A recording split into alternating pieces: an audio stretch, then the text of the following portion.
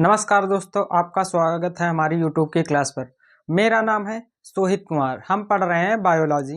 Biology के अंतर्गत हम लोगों ने पिछले वाली क्लास में देखा था कि स्केलेटन सिस्टम यानी कंकाल तंत्र होता क्या क्या है और इनका काम क्या होता है। आज जानेंगे कि उसी के आगे की कंकाल हो उसे कितने भागों में बांटा गया है और कहाँ पर कितनी हड्डियाँ पाई जाती हैं। तो कंकाल तंत्र को दो भागों में बांटा जाता है। पहला अच्छी कंकाल, दूसरा अनुबंधी कंकाल। अनुबंधी कंकाल को अपेंडिकुलम स्केलेटन भी कहते हैं इंग्लिश में, और इसको एक्सियल स्केलेटन कहते हैं। किसको? अच्छी कंकाल को। अच्छी कंकाल के अंतर्गत किन्हें रखा गया है, किन हड्डियों को रखा गया है, टोटल कितनी हड्डियां हैं? तो अच्छी कंकाल के अंतर्गत टोटल 60 हड्डियां हैं। 60 हड्डियों में कौन कौन सी हड्डियां हैं? तो सबसे पहले जो सिर है, हमारे जो इतना सर है, इसके ऊपर की भाग है, एक्सियल में आता है। इसमें कितनी हड्डियां होती है? तो इसमें 29 हड्डियां होती हैं। 29 हड्डियों में जिससे 4 हड्डियां क्रेमियल यानी खोपड़ी के चारों तरफ है, और 14 हड्डियां फेसियल, फेस में जितनी हड्डियां हैं 14 हो गई हैं।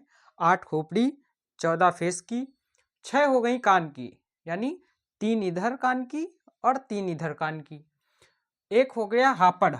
हापड़ आप समझते हैं? हापड़ जैसे ये हमारा सर हो गया, और इस पे जो हमारी गर्दन टिकी होती है इसको कहते हैं हापड़। तो कितनी हो गई टोटल? ये हो गई 29 हड्डियां। फिर आते हैं पसलियां यानी रिब्स। रिब्स कितनी हो जाती हैं? तो 25 रिब्स हो जाती हैं, यानी जो हमारे ऑर्गन्स को प्रोटेक्ट करती हैं बाहरी आघातों से। पसलियां वो कितनी हो जाती हैं? तो 25 पसलियां हो जाती हैं। फिर आता है मेरुरज। मेरुरज यानी जो यहाँ से लेकर फिर छल्लेनुमा आकार की हड्डियां होती हैं नीचे कमर तक, ये कितनी हो जाती हैं? तो ये 26 हो जाती हैं। इनको क्या कहते हैं? मेरुरज। फिर आते हैं अनुबंधी कंकाल यानी अपेंडिकुलम स्केलेटन में। इसमें कितनी हड्डियां होती है? तो इसमें 126 हड्डियां होती हैं, जिसमें कितनी 60 हाथ की हो जाती हैं। 60 हाथ की यानी 30 इस हाथ में, 30 इस हाथ में, और 60 पैर की, 60 पैर की, और 6 हो जाती हैं मेखलाएं। मेखला मेखला आप जो ये हो जाएगा कमर तक। फिर कमर में जो हड्डियां होती हैं उनको हम कहते हैं मेखला। मेखला ये आती है मेखला। इसमें कितनी हड्डियां होती है? तो इसमें 6 हड्डियां होती हैं। आइए अब एक एक करके जानते हैं कि सिर की हड्डियां कौन कौन सी होती, क्या क्या नाम होते हैं। अच्छी कंकाल। अच्छी कंकाल में कितनी हड्डियां बताई मैंने? कि 80 हड्डियां होती हैं। खोपड़ी। खोपड़ी के अंतर्गत कितनी आती है, कहाँ कहाँ पाई जाती है? कभी कभी कि नाम लेकर पूछ लेता है कि ये हड्डी कहाँ पर पाई जाती है। सबसे पहले कपाल। कपाल में 8 हड्डियां पाई जाती हैं। पहले कहते हैं फ्रंटल। फ्रंटल यहाँ पर आगे होती हैं। फिर होती हैं ऑक्सीपिटल, उसके पीछे। फिर एक आती है थाइमाइड, फिर पैराइटल, स्पाइनाइड और टेम्परल। ये हड्डियाँ होती हैं कपाल यानी हमारी खोपड़ी में। कभी कभी नाम पूछ लेता है कि टेम्परल हड्डी है वह कहाँ पाई जाती है, तो आप आंसर देंगे खोपड़ी या कपाल में पाई जाती है। फिर आता है चेहरा, यानी जो हमारी फेशियल हड्डी होती है, फेशियल बोन होती है, वो कितनी होती है? तो वह 14 होती हैं। और फिर 6 कान में होती हैं। कान में 6 होती हैं, 3 इधर 3 इधर। एक होती है इंकास, दूसरी होती है मिलियसियस, फिर तीसरी होती स्टेपिज, जो सबसे छोटी हड्डी होती है मानव की। स्टेपिज कान की हड्डी, जिसको मैंने आपको पहले बता रखा है। फिर आता है एक गले की हड्डी। ठीक है, गले जिसमें हमारा सर स्थापित होता है, रखा होता है। फिर आता है वक्ष। वक्ष में कौन कौन से आते हैं? कि आती हैं पसलियाँ। पसलियाँ होती हैं 25, यानी 12 जोड़ी और एक स्पेयर। 12 जोड़ी ये मान लीजिए स्टर्नम हो जाती है, इस पे हो जाती है 12 जोड़ी रिप्स। अब रिप्स कितने प्रकार की होती हैं इसको मैं आगे बताता हूँ। एक हो जाती है स्टर्नम। स्टर्नम इसको कहते हैं, यानी यह सबसे पतली हड्डी होती है, यानी चपटी हड्डी होती है, तो वह स्टर्नम होती है या पसलियों के बीच में होती है, कुछ इस प्रकार। फिर आता है कशेरुकी दंड, वर्बेटुलन कॉलम, इसमें होती है 26। कितने होती हैं? 26। कशेरुकी दंड में 26 हड्डियां होती है, जिसमें 7 हमारी गर्दन में होती हैं, 7 हमारी गर्दन में होती हैं यहाँ तक। फिर वहां से नीचे एकदम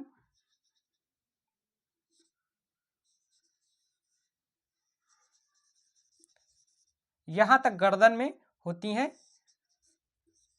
7 हड्डियां। फिर उसके बाद आती कशेरुकी दंड, इसमें होती हैं 12, इसमें होती हैं 12। फिर आता है कमर, कमर में होती हैं 5 हड्डियां। फिर आता है क्रेक्रम, फिर आता है पूंछ, जो पीछे होती है हड्डी, उसे पूंछ कहते हैं। पहले हम लोगों ने पढ़ा होगा कि जब हम सुविकसित नहीं था मानव, तो उसकी पूंछ हुआ करती थी। अब हमारे शरीर का क्या है कि अगर जिस भाग को हम नहीं यूज करेंगे, वह धीरे धीरे अगले आने वाली पीढ़ियों में विलुप्त हो जाता है। तो पूंछ का कोई उपयोग ना होने के कारण वह विलुप्त हो गई। फिर भी पूंछ की एक छोटी हड्डी पाई जाती है हमारे शरीर में। अनुबंधी कंकाल, अनुबंधी कंकाल के अंतर्गत कितने हड्डियां आती हैं? तो 226 हड्डियां आती हैं। और अच्छी कंकाल यानी एक्सियल स्केलेटन में 80 आती हैं।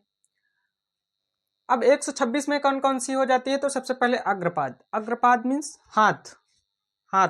अब हाथ में अग्रबाहु, ये हड्डी यहाँ से लेके इसको ह्यूमरस कहते हैं, यह 2 हो जाती, एक इस हाथ में दूसरी इस हाथ में। इसी प्रकार पश्चबाहु, पश्चबाहु यहाँ से यहाँ तक, इसमें आ जाती है रेडियस। फिर अल्ना, यहाँ से 2 हड्डियां हो जाती हैं आगे पीछे, तो आगे वाली की रेडियस, पीछे वाली को अल्ना कहते हैं। 2 हड्डियां रेडियस हो जाती है, 2 अल्ना, एक एक हाथ में, इधर एक इधर। फिर आता है कलाई, कलाई, कलाई को कहते हैं कार्पल, कार्पल में 16 हड्डियां पाई जाती हैं। यानी जो हमारी कलाई होती है, इसमें टोटल हड्डियों की संख्या 16 होती है। फिर आता है हथेली, हथेली यानी मेटाटार्सल, मेटाटार्सल में हड्डियों की संख्या 10 हो जाती है।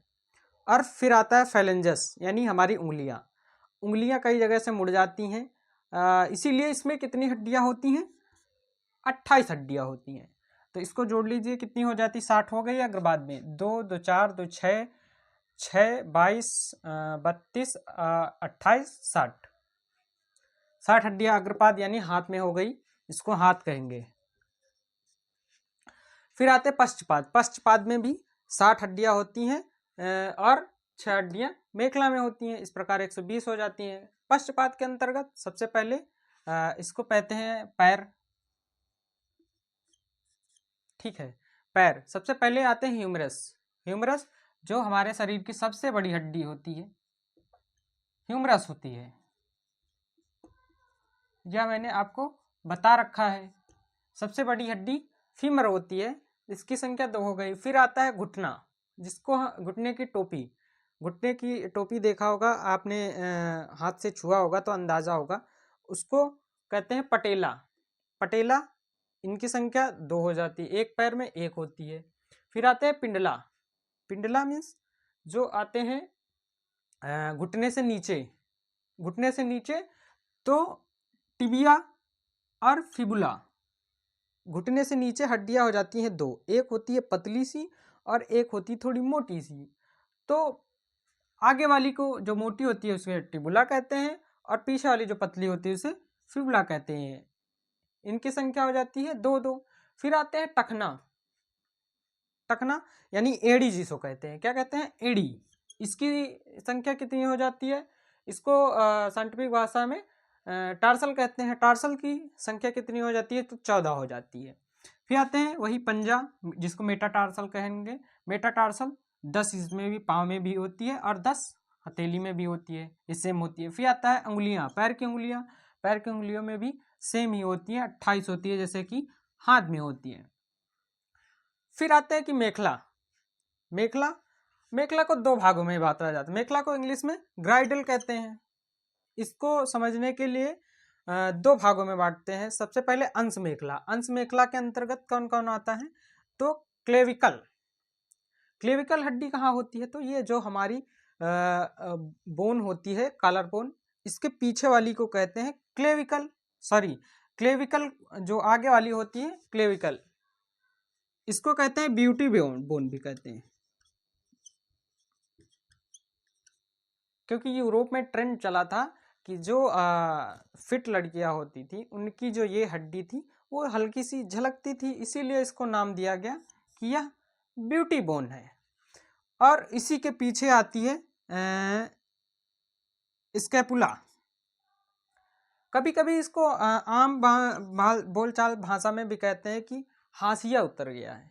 आपने गांव में सुना होगा, कहें कि वो गिर पड़े और उनका हाशिया उतर गया, तो स्कैपुला को ही हाशिया कहते हैं। और क्लेविकल जिसे हम ब्यूटी बोन कहते हैं, दो संख्या इनकी होती है, दो इनकी होती है, यानी एक इधर और एक इधर।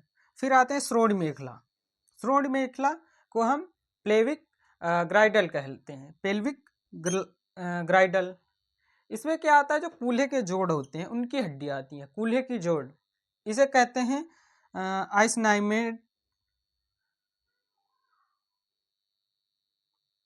असाइनाइमेट। इनकी संख्या 2 हो जाती है। अब कूल्हे की जो जोड़ की हड्डियां होती है वो किन किन से मिलकर बनी होती हैं? तो इलियस, स्विमियस और प्यूबियस हड्डी, इनसे मिलकर कूल्हे का जोड़ बना होता है। पहला होता है अंशमेखला जिसे हम पेक्टोरियल ग्राइडल कहते हैं। दूसरा होता है श्रोण मेखला जिसे हम पेल्विक ग्राइडल कहते हैं। अब आते हैं कि जो हड्डियां होती हैं वो जुड़ती हैं, तो वो कितने प्रकार से जुड़ती हैं। सबसे पहले आता है कि संधि, यानी बोन जॉइंट। बोन जॉइंट किसे कहेंगे? ऐसा स्थान जहां दो या दो से अधिक अस्थियां आपस में जुड़ती हैं उसे जॉइंट कहते हैं। जैसे मान लीजिए ये घुटने का जॉइंट हो गया। फिर आता है कि हमारे कंधे का जॉइंट। तो इसी प्रकार इसको कितने भागों में बांट कर पढ़ते हैं? तो इसको 3 भागों में बांटा गया है। सबसे पहले पूर्ण संधि। पूर्ण संधि का तात्पर्य यह होता है कि जहां से हड्डियां पूरी तरह से जुड़ी हैं, यानी परफेक्ट जॉइंट। फिर आता है कि अपूर्ण संधि। अपूर्ण संधि यहाँ पर हड्डियां आंशिक रूप से जुड़ी होती हैं, पूर्ण रूप से न जुड़कर, जिसे कहते हैं इम्परफेक्ट जॉइंट। फिर आते हैं अचल संधि, यानी इमूवेबल जॉइंट। अचल संधि का तात्पर्य यह है कि जहां की हड्डियां जुड़ जाती हैं वह किसी भी प्रकार का मूवमेंट नहीं करती हैं, इसीलिए उसे कहते हैं अचल संधि या इमूवेबल जॉइंट। जैसे कि हमारी खोपड़ी की जो हड्डियां हैं वह जुड़ जाती हैं, फिर उसके बाद उनको हिलाया नहीं जा सकता है और वह ना ही किसी प्रकार की गति करती हैं, वहां पर अचल संधि आती है। अब आते हैं कि हड्डियां जो जुड़ती हैं वो किन किन प्रकार से जुड़ती हैं। तो सबसे पहला हो जाता है पूर्ण संधि, जिसको कहते हैं परफेक्ट जॉइंट। परफेक्ट जॉइंट के अंतर्गत कौन कौन से आते हैं? तो सबसे पहले कुंदक जॉइंट, यानी कुंदक संधि, जिसे हम बॉल एंड सॉकेट जॉइंट कहते हैं। देखा होगा कि किसी प्रकार ये हो जाता है सॉकेट और इसी के अंदर हो जाती है बॉल नुमा हड्डी, उससे हमारा जुड़ा होता है। जैसे मान लीजिए यह कंधे का ही हो जाता है, कंधे का जोड़ होता है, क्योंकि यह बॉल एंड सॉकेट की तरह होता है। सॉकेट इस तरह और बॉल इस तरह, तो वह कुछ इस प्रकार घूम भी सकता है चारों तरफ, तो उसे कहते हैं बॉल एंड सॉकेट जॉइंट। सबसे पहले यहाँ कंधे में आता है, चूंकि हमारा हाथ हर तरफ मूवमेंट कर सकता है। कूल्हा एवं जांग का जोड़। कूल्हा व जांग का जोड़, कूल्हे से जो जांग का जोड़ होता है, या मान लीजिए कूल्हा हो जाता है, कूल्हे का जॉइंट हो जाता है, तो कूल्हे का जॉइंट भी कुछ इसी प्रकार होता है, या पैर हो जाता है और या कूल्हा हो जाता है। तो यहाँ जो जोड़ होता है इसे हम बॉल एंड सॉकेट जॉइंट कहेंगे। और हाथ का हो जाता है ये था बॉल एंड सॉकेट जॉइंट। अब आता है खूंटी संधि, यानी पिवट जॉइंट। पिवट जॉइंट का मतलब ये है कि वह अगर एक जगह रख दिया जाए, ऐसे कि खूंटी संधि से आप समझ सकते हैं कि उसमें जैसे खूंटी में कोई चीज़ रख दी जाती है, लटका दी जाती है, तो वह लटकी रहे। तो जैसे हमारा यह संधि कहाँ पाई जाती है? गर्दन व खोपड़ी के बीच। जैसे यह गर्दन हो जाती है और ये खोपड़ी हो जाती है, तो यह इस पर रखी होती है, इसको कहते हैं खूंटी जॉइंट, यानी खूंटी संधि या पिवट जॉइंट। अब तीसरा आता है कब्जा संधि। कब्जा समझते हैं आप? कब्जा जो गेट पे लगा होता है, हिंज जिसको इंग्लिश में बोलते हैं हिंज। हिंज जॉइंट अब कहाँ कहाँ पाया जाता है? तो कूल्हे का जोड़, सॉरी कुहनी का जोड़, कुहनी मतलब यह घुटने का जोड़। हिंज का मतलब होता है कि यह जो एक तरफ मुड़ पाए, एक तरफ, हिंज एक ही तरफ जाता है या खुलता है, तो यह हिंज जैसे एक तरफ मुड़ पाए, तो जैसे घुटने का जोड़, पैर का जोड़, तो ये आते हैं हिंज जॉइंट के अंदर। और उंगलियां आती हैं, उंगलियां हमारी इसी तरफ बंद होती हैं, ना कि ये उल्टा बंद हो जाए। तो हिंज जॉइंट कहाँ कहाँ आता है? कुहनी का जोड़, उंगली का जोड़ और घुटने का जोड़। ये घुटने का जोड़, पैर के घुटने का जोड़ और उंगलियों का जोड़, यहाँ पर कब्जा संधि यानी हिंज जॉइंट आता है। फिर आते हैं सैडल संधि। सैडल संधि कहाँ कहाँ पाई जाती है? जैसे हमारे कलाई में, कलाई हमारी चारों तरफ मुड़ सकती है, और अंगूठे में, अंगूठा हमारा मुड़ सकता है। फिर आते हैं ग्लाइडिंग संधि, पांचवा है ग्लाइडिंग संधि। यह कहाँ पर पाया जाता है? तो रेडियस अल्ना और कलाई के बीच, जो हमारी रेडियस अल्ना होती है और कलाई के बीच जो संधि पाई जाती है उसे ग्लाइडिंग संधि कहते हैं। फिर अब जॉइंट कितने प्रकार के थे? पहला था संधि और पूर्ण संधि यानी परफेक्ट जॉइंट, दूसरा था अपूर्ण संधि यानी इम्परफेक्ट जॉइंट। इम्परफेक्ट जॉइंट कहाँ पाया जाता है? तो जो कूल्हे में होता है, कूल्हे का जोड़ होते हैं, उसे इम्परफेक्ट जॉइंट के अंतर्गत रखा गया है। तीसरा है अचल संधि यानी इमूवेबल जॉइंट। इमूवेबल जॉइंट कहाँ पाया जाता है? जैसे हमारी खोपड़ी है यानी कपाल की जो संधियां हैं, कपाल की हड्डियों के बीच जो संधि होती है उसे इमूवेबल जॉइंट या अचल संधि कहते हैं। मैंने बताया था कि जो पसलियां होती हैं, रिप्स जिसको इंग्लिश में बोलते हैं रिप्स, इनको मैंने बताया था कि इनकी संख्या होती है 25। अब रिप्स 3 प्रकार की होती हैं। सबसे पहले तो जो बीच की हड्डी होती है, बीच की, ये इसको क्या कहेंगे? इसको हम स्टर्नम कहेंगे। क्या कहेंगे? स्टर्नम। फिर आते हैं कि स्टर्नम से जो जुड़ी होती हैं हड्डियां कुछ इस प्रकार। तो जो ऊपर से हड्डियां होती हैं, ऊपर से गिनेंगे तो 1 से जो 7 हड्डियां होती हैं, 1 से लेकर 7 संख्या तक, उनको कहते हैं सत्य पसलियां। क्या कहते हैं? सत्य पसलियां यानी ट्रू रिप्स। इनकी संख्या 1 से 7 तक होती है, यानी यहाँ तक ये पाई जाती है सत्य पसलियां। फिर सत्य पसलियां के बाद आता है कि असत्य पसलियां। असत्य पसलियां, जो सत्य पसलियां होती हैं वो डायरेक्ट स्टर्नम से जुड़ी होती हैं। जो फिर आते हैं असत्य पसलियां। असत्य पसलियां डायरेक्ट स्टर्नम से ना जुड़कर सत्य पसलियों से ही जुड़ी होती हैं। इनसे जुड़ी होती हैं, सत्य पसलियों से जुड़ी होती हैं, जिनकी ये कहाँ से कहाँ, जो 8 से 10 होती हैं उनको असत्य पसलियां कहते हैं, या सत्य पसलियों से जुड़ी होती है। फिर आती है 11 से 12 तैरती हुई पसलियां, यानी या स्टर्नम से नहीं जुड़ी होती हैं, यानी इनको कहते हैं फ्लोटिंग रिप्स, यानी वह तैरती रहती हैं। आजकल आपने देखा होगा बॉलीवुड में बेबी डॉल फिगर पाने के लिए इन्हीं रिप्स को कटवाकर निकाल दिया जाता है। सबसे पहले तो ये जो फ्लोटिंग रिप्स हैं उनको मूव करवाया जाता है। फिर क्या होता है कि जो असत्य पसलियां हैं उनको भी निकलवा दिया जाता है, ताकि उनकी जो कमर है वह सुराही नुमा हो जाए, यानी बारबी डॉल जैसी हो जाए। लेकिन यही बहुत ही खतरनाक होता है, क्योंकि जो पसलियों का काम होता है कि बाहरी आघातों से हमारे आर्गन्स को प्रोटेक्ट करती हैं। मान लीजिए अगर उनको थोड़ी सी चोट लग गई तो वो डायरेक्ट ही जो इंसेंसिटिव आर्गन है उन पे जाके क्षति पहुंचेगी, इसलिए इनको